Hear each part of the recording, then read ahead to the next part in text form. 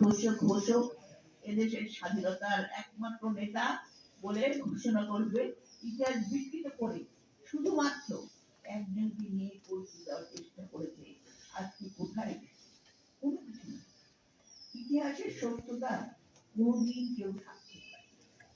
ইতিহাস যা, ইতিহাস এই যে আজকে দেশের বেগম খালেদা জিয়া যাকে বাড়ি থেকে বের করে দিয়েছে হাসিনা, যাকে মানে তিলে তিলে মারার চেষ্টা করা হয়েছে, যাকে বলছে আর কতদিন বাঁচবে, ৮০ বছর হয়ে গেছে, আর কতদিন, কিছু মতো আজে বাজে কথা বলেছে, সেই হাসিনা আজকে কোথায়?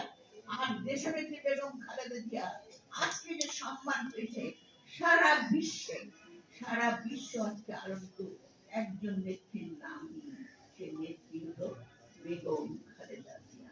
এবং শুধু তাই নয়, আপনারা দেখবেন এখন পর্যন্ত মানুষের ঢল তার সেই যেখানে দাফন হয়েছে সেই কবর জিয়ারতে মানুষ আসছে যাচ্ছে করছে, এখানে কিন্তু কোনো ইয়ে নেই।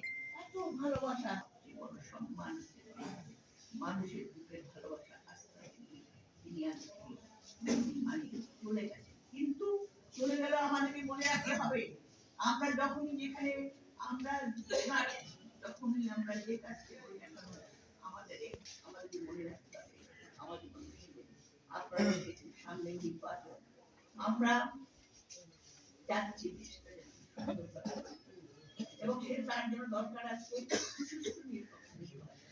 সেটাও আমরা চাচ্ছি।